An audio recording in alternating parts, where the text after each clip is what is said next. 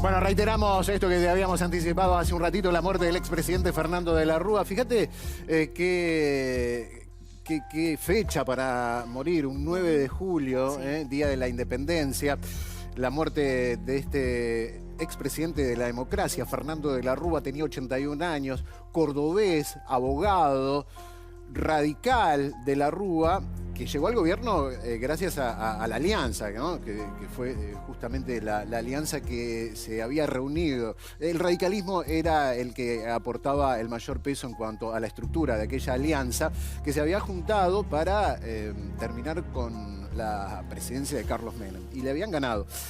Fue el primer jefe de gobierno en la ciudad de Buenos Aires y si bien su presidencia y carrera política no sobrevivieron a lo que fue la peor crisis social desde la caída de la dictadura, vos tenés, por supuesto, algunos recuerdos muy importantes de la Rúa, porque, por supuesto, fue un presidente que estuvo después de Carlos Menem y por ahí hay que empezar a rememorar un poco qué significó Menem, los 90, el 1 a 1, era la posibilidad de muchos de cambiar, de llegar a la primera casa, cambiar el auto cada 2 años, como era una situación... Fue un cambio ficticia, de realidad económica, ¿no? Viajar claro. al exterior. Entonces, eso era Menem. Por eso te lo cuento, porque después, cuando escuchemos las publicidades que lo tenían a De la Rúa como protagonista y que lo llevaron a la presidencia, por ahí no vas a entender por qué él dicen que soy aburrido y habla en ese spot de una fiesta para pocos. Bueno, está hablando de esto, ¿no? Lo que además Menem se mostraba como un presidente canchero, ¿no? Que jugaba al fútbol, que jugaba al básquet, que bailaba, hasta y él como era un lo sex opuesto, symbol. era lo contrario. Era lo opuesto. Era serio, era serio, se reía poco, entonces estuvo muy buena esa campaña, pegó mucho, dicen que soy aburrido, y después hablaba de la fiesta para Yo no pocos manejo como consecuencia Ferrari, del 1 a 1. Claro. ¿De acuerdo? Exactamente. Yo no manejo Ferrari, con su tono sí. cordobés, radicado desde mucho tiempo. Y serio, ¿no? Así monocorde. Ese era De la Rúa, o el De la Rúa que la gente eligió en aquel momento para salir de una situación que se había vuelto también bastante compleja con el 1 a 1, Menem y demás. Y que ya no daba Era para más. insostenible, claro. Esto fue en 1999 con la segunda presidencia de Carlos Menem. Bueno, finalmente llegaron las elecciones, le ganó, pero no pudo terminar el mandato. ¿No? A Eduardo Duhalde. Claro. Venció en las elecciones a Eduardo Duhalde. Claro. De la Rúa a Duhalde. Es un presidente, un político que desde el arranque de su carrera estaba marcado como un presidenciable. Sí. Y cuando fracasa, porque fracasó claramente en su presidencia, Sí, la se desilusión tuvo fue muy tirantes. grande. Y la crítica era, se preparó toda la vida para ser presidente y le fue mal. Y Además, siempre había el punto tenido de una muy inflexión buena... fue la alianza, ¿no? Cuando ellos Claro. surgen como una alianza.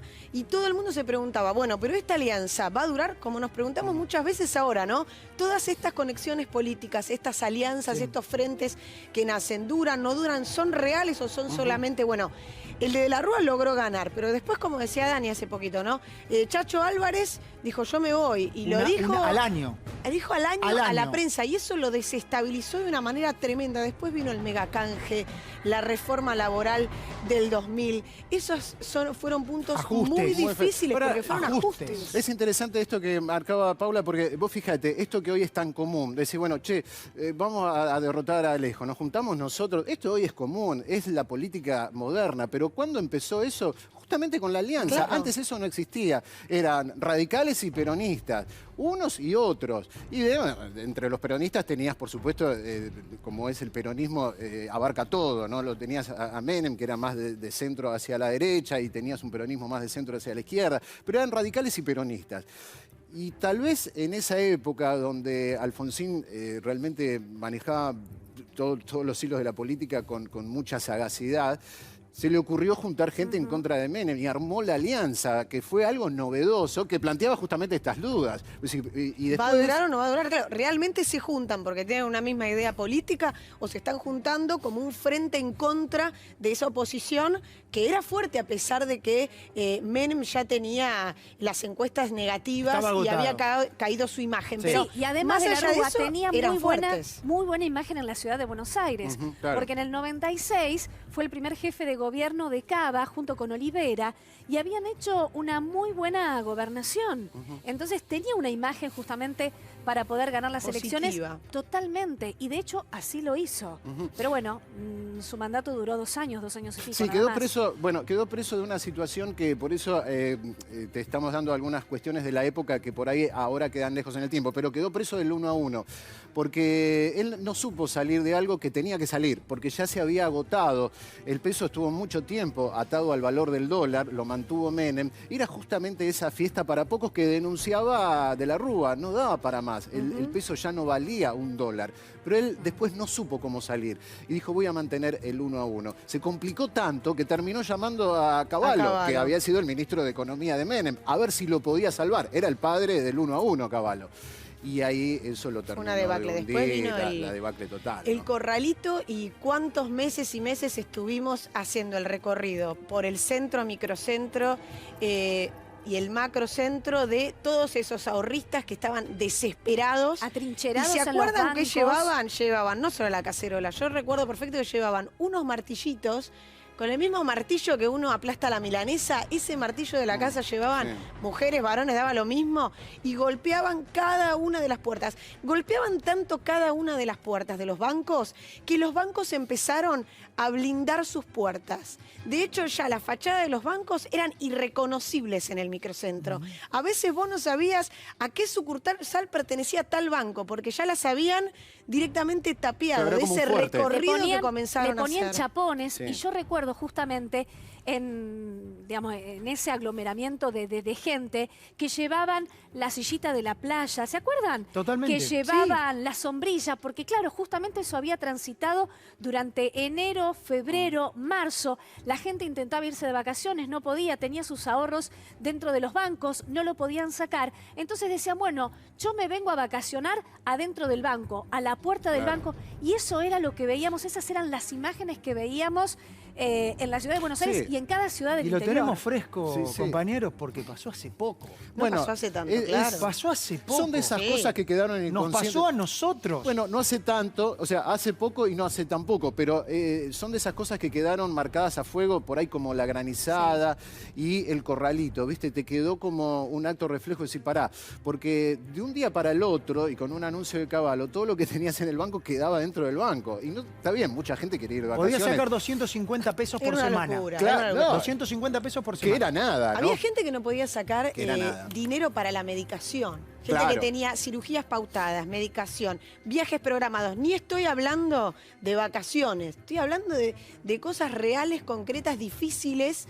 Viajes por cirugías, intervenciones, tratamientos oncológicos, personas que te daban nota y te decían, yo estoy desesperado Claro. porque perdí la casa. Y no había Mucha excepciones, gente que perdió la casa. Y No, porque no había además excepción. tenías en el banco $100 que valían 100 pesos y después terminó valiendo 1 a 3. Claro. Claro. La primera conversión fue 1 a 3, 1 a con lo 3. cual no la podías sacar la plata, no podías sacar tus dólares y tampoco los dólares que habías puesto unos días antes valían exactamente lo mismo que si en algún momento Claro, te los bueno. iban a devolver. Eso fue mucho después, decíamos, después a la salida de todo, después de la Rúa, después de los 5 presidentes, después de todo ese lío, vino Duhalde con Remedynikov y sí puso el 3 a 1. Pero en la época de la Rúa, el corralito estaba muy, muy complicado.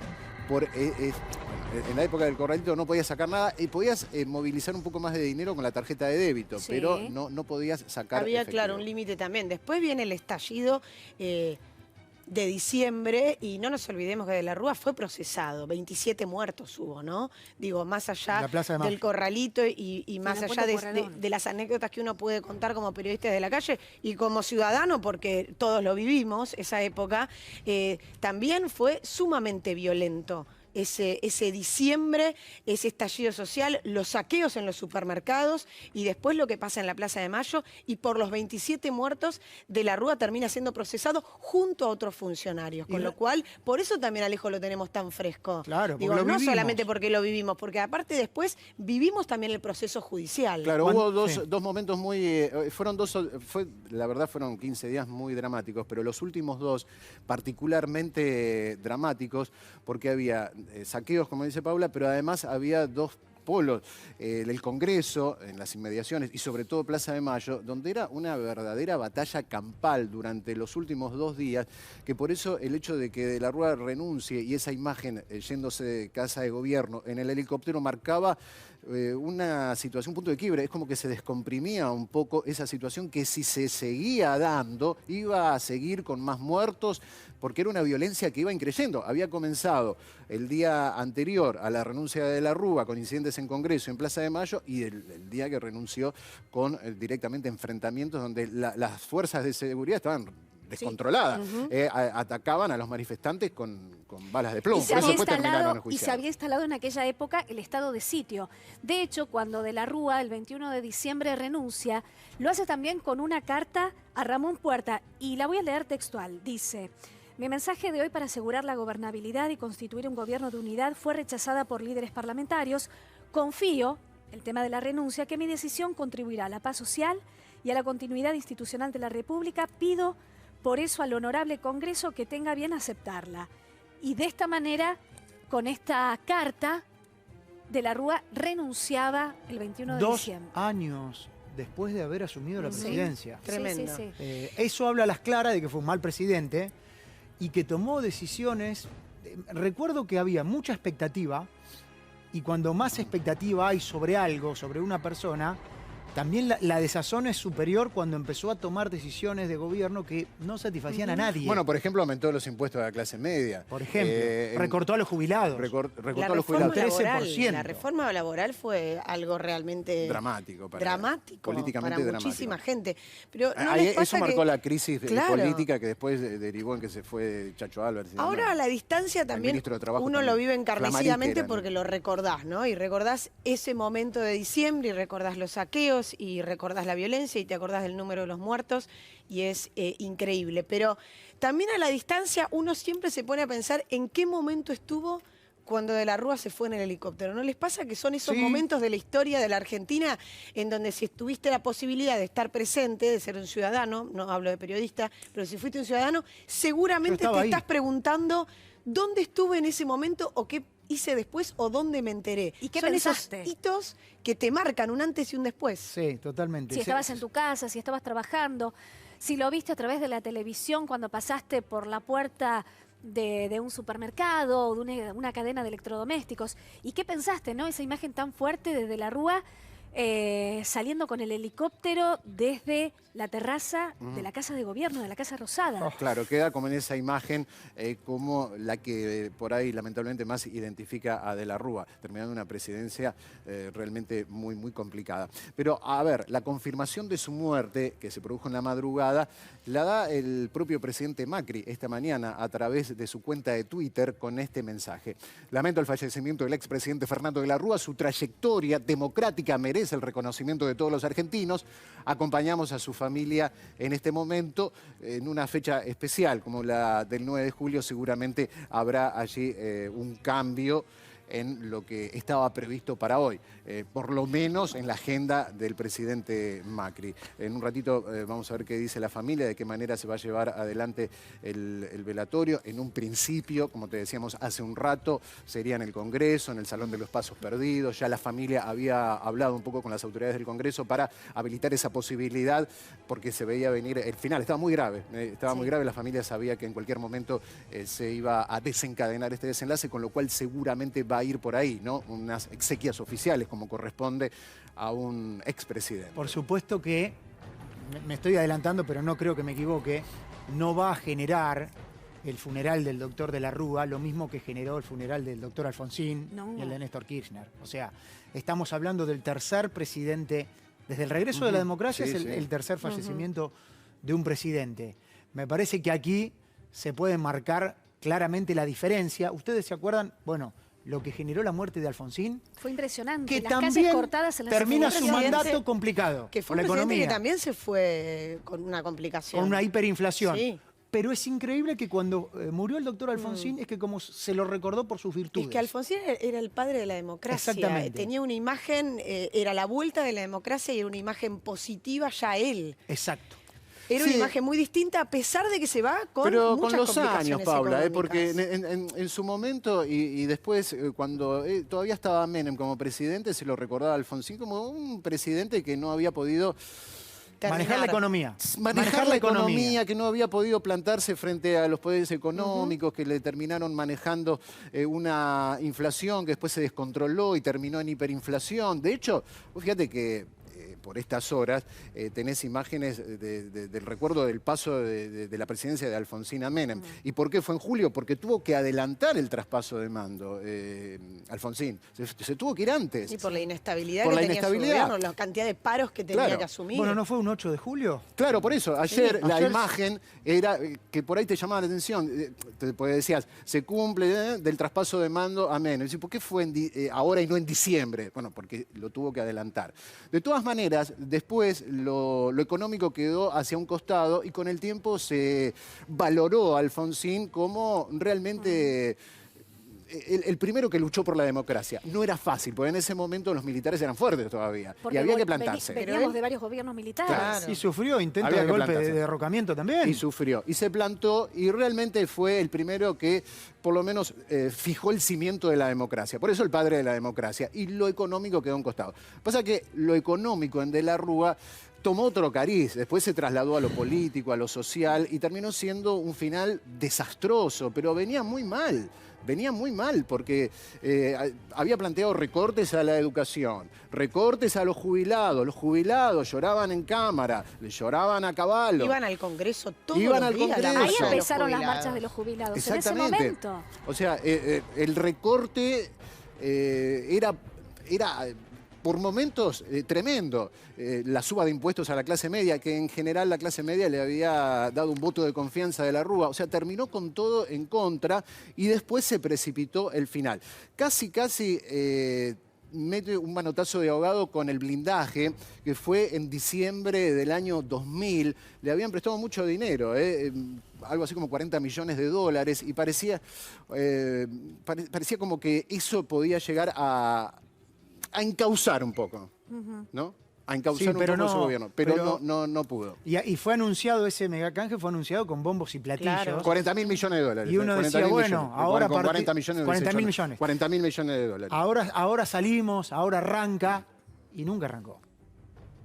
No, nunca Despu- arrancó. pero el anuncio fue con bombos y platillos. Uno recuerda. blindaje. Porque aparte la gente en esa época estaba casi, miraba el televisor como se mira un partido de fútbol pegado contra el alambrado, como diciendo, quiero una buena noticia. Y ahí empezamos. Dame una buena Sí. noticia. Y nunca llegaban las Ahí buenas nació noticias. un concepto que no manejábamos hasta ese momento, que era el del riesgo país. Claro. Todos Totalmente. los días vos con De la Rúa veías el riesgo país, que se disparaba, ¿no?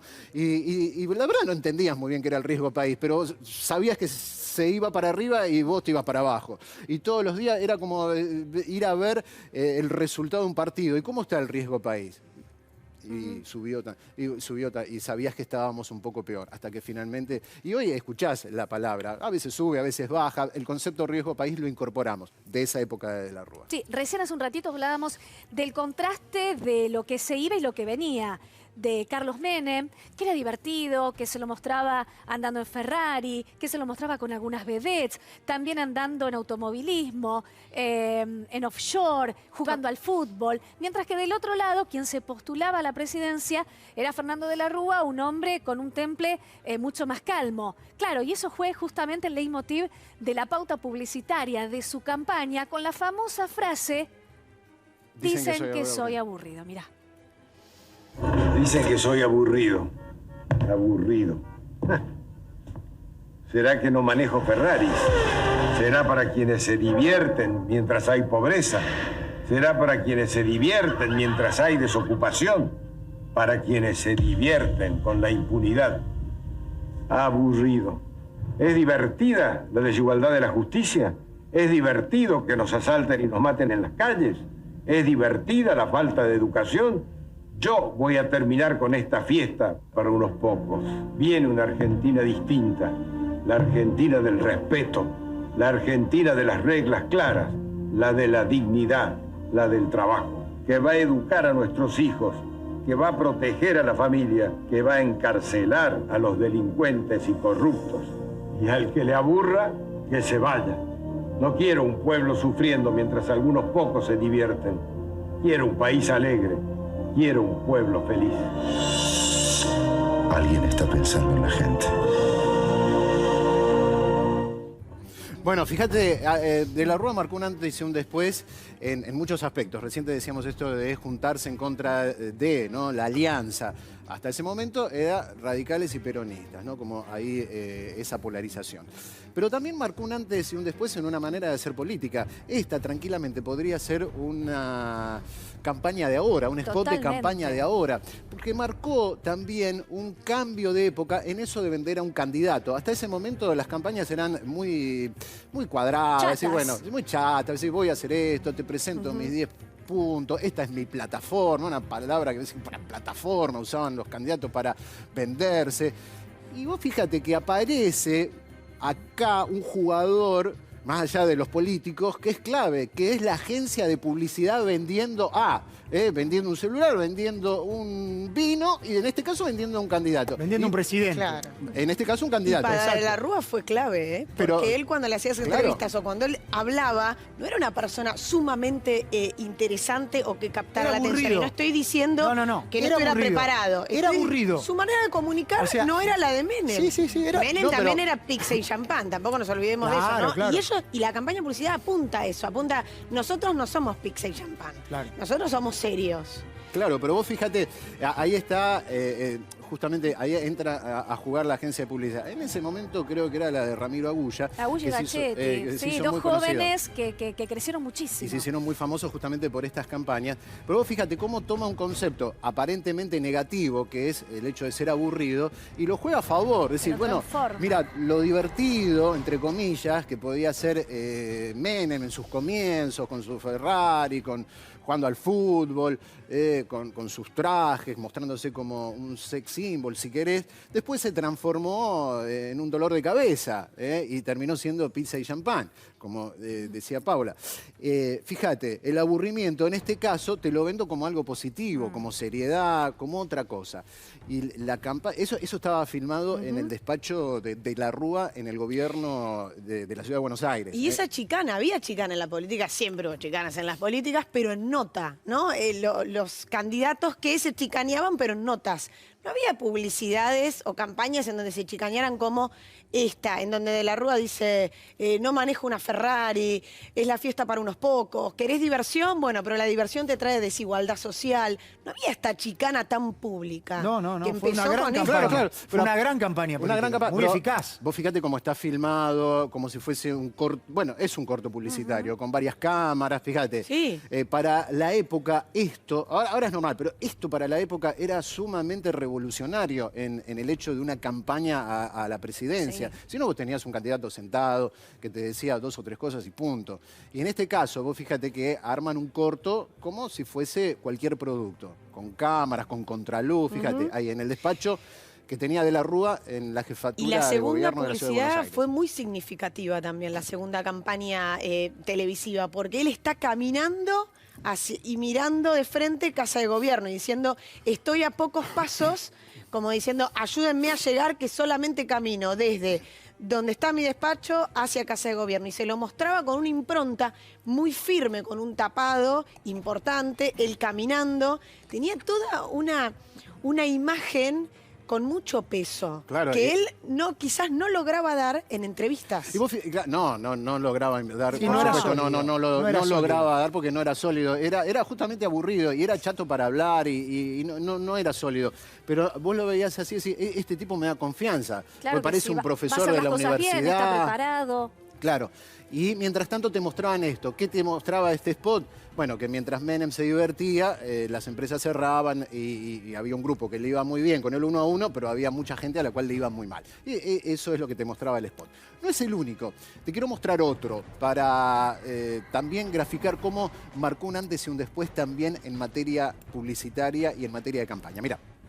Y si la Argentina es un país rico, ¿por qué el pueblo es pobre? Y por los corruptos. ¿Y qué son los corruptos? Son las personas que le roban el trabajo y la plata a la gente. ¿Y entonces qué necesita la Argentina? Y un presidente que no sea corrupto. Bueno, fíjate, qué significativo, ¿no? Y una Ahora que nena, hablamos de gente la común y palabra, corriente. sí, pero ahora que Messi puso de nuevo, dijo corrupción y tiró una bomba atómica en otro ámbito, en ese momento, cómo toma énfasis la palabra para contrarrestar lo que hasta ese momento era el gobierno de Menem, ¿no? Y te llegaba muchísimo este tipo de publicidades, sobre todo si es una Claro, nena sí. hablando de corrupción, de que le falta esto, de que a su mamá le falta lo otro. Gente común y corriente, que hoy las ves en todos los spots publicitarios, pero que eso era una novedad. Gente como vos, como yo, que la estaba pasando mal y que te lo contaba en primera persona. Exacto, también, sí, claro, fue algo novedoso. Este spot por ahí quedó a la sombra del dicen que soy aburrido, pero también fue revolucionario en esto de mostrar, por ejemplo, a estas chicas o mostrar gente hablando. Era una persona que tenía todas las de ganar, que era gran favorito. No fue una sorpresa el triunfo electoral de Fernando de la Rúa para nada, pero desde el mismo momento en que asumió ya tuvo inconvenientes, ya tuvo problemas para llevar adelante sus políticas, que al final nadie se enteró cuál era su plan de gobierno. Como vinieron tan rápido las medidas totalmente antipopulares, la gente venía agobiada de los últimos años de Menem. Estaba necesitando, la gente, las empresas, las pymes, estaban necesitando medidas para empezar a respirar, para salir a flote. Y de la Rúa asumió e hizo todo lo contrario. Por eso su popularidad se desplomó. ¿Ustedes se acuerdan el poco tiempo que pasó entre la esperanza y entre el 50 y pico por ciento de los votos? Y la decepción. Y la decepción total. Fueron meses. Ahora, la pregunta sigue siendo siempre la misma, ¿no? ¿Cómo salir de la situación económica? Porque a De la Rúa se le planteaba eso muchas veces. ¿Cómo se va a salir de la situación económica que está atravesando el país, ¿no? Con esa ficción de peso que no valía, no tenía ese valor y que no se llegara a una mega devaluación. Después vino el megacanje, pero bueno, digo, siempre el planteo en Argentina muchas veces con un nuevo presidente es el mismo. ¿Y qué va a pasar con la situación económica? Y por lo general plantean proyectos que después no se logran concretar. Creo que la mayor complicación para De la Rúa vino cuando renunció Chacho Álvarez. Sí, claro, cuando estuvo en la Porque presidencia. ahí se le subieron políticamente quedó en encima jaque. todos. Sí, la gobernabilidad se le volvió en contra, pero yo recuerdo haberle hecho una nota a De la Rúa, no cuando era presidente, sino cuando era jefe de gobierno en la ciudad de Buenos Aires, por toda esta cuestión. A él no le gustaba, ¿no? Ni dar notas, casi Se te escapaba. diría que no le gustaba hablar. Sí, Evidentemente le habían dicho en el último, en el último periodo, hablá, porque con los spots solo no hacemos nada. Entonces iba presentando cosas y qué sé yo, y decía, bueno, yo hago esto, hago lo otro, hago notas. Sí. Y no le gustaba. Te digo, cuando yo lo vi, digo, es más serio de lo que me imaginaba. Sí, Digo, totalmente. No Bueno, se ríe nunca, a duras penas te decía hola. Yo trabajaba en un canal de cable. Muy escueto, no le gustaba. Claro, era chiquita, ¿no? Recién empezaba. Y también lo entrevisté en una o dos oportunidades cuando era jefe de gobierno porteño. Y al lado estaba Olivera, que Olivera era el vicejefe y era un cascabel. Que eso se trae de cuna. Totalmente. Entonces vos Olivera estabas le con el gustaba. micrófono y le preguntábamos 2 o 3 cosas. Yo trabajaba para un programa de cultura. Y bueno, eran 2 o 3 preguntas de la Rúa y cuando iba Olivera era así, bla, bla, bla.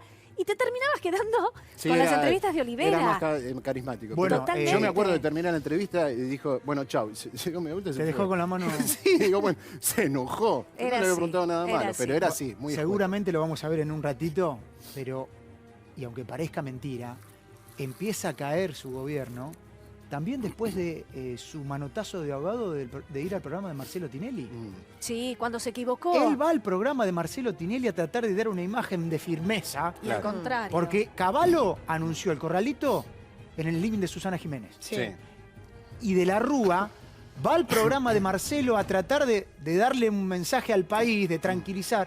Después lo vamos a Después ver. lo vamos a ver, sí. Y dar un mensaje más popular, además. Por y eso fue el la programa de caída. Tinelli. Y fue la caída. Y se equivoca de nombre con la esposa, se equivoca de Se salida va para un lado. y es muy difícil. Bueno, después vamos a ver eso, pero Sí, antes claro. un spot. Sí, pero antes de eso, Dani, mira, queremos ver A ver. el tuit de Alberto Fernández. Hace un está ratito bien. veíamos el de Mauricio Macri, que fue la primera persona del ámbito político, el presidente, el que comunicó el fallecimiento de la Rúa, y ahora es Alberto Fernández. Lamento el fallecimiento del expresidente Fernando de la Rúa. Mis condolencias a sus familiares y amigos. Bueno, tweets como estos vamos a estar viendo prácticamente a lo largo de toda la jornada. Exactamente. Y ahora sí, otro spot publicitario. A ver. ¿Alguien quiere seguir con esto? Yo no quiero. Por eso voy a crear tribunales de impuestos, para que juzguen y manden a la cárcel sin demora a los grandes evasores. Bueno, estaba también esa especie de A formada por la bandera argentina significaba la A de alianza, ¿no? Claro. Así que bueno, estaba cada detalle pensado publicitariamente para lograr lo que finalmente se logró, que llegara a la presidencia sin después demasiado sustento, porque no pudo, pero ni siquiera arrancar con su presidencia. Rápidamente se pasó a la desilusión. O sea, estaba bien vendido, la gente se entusiasmó mucho y se desilusionó mucho también y muy rápido. Bueno, seguramente a lo largo de esta mañana le vamos a estar anunciando dónde se va a hacer la despedida. Sí. Y bueno, y seguramente la palabra de algunos de los familiares. Él los últimos años estuvo viviendo en su casa, en una quinta en Villa Rosa, en el partido de Pilar. Así que bueno, seguramente que en un ratito nada más vamos a estar contando un poquito de qué manera va a ser su despedida.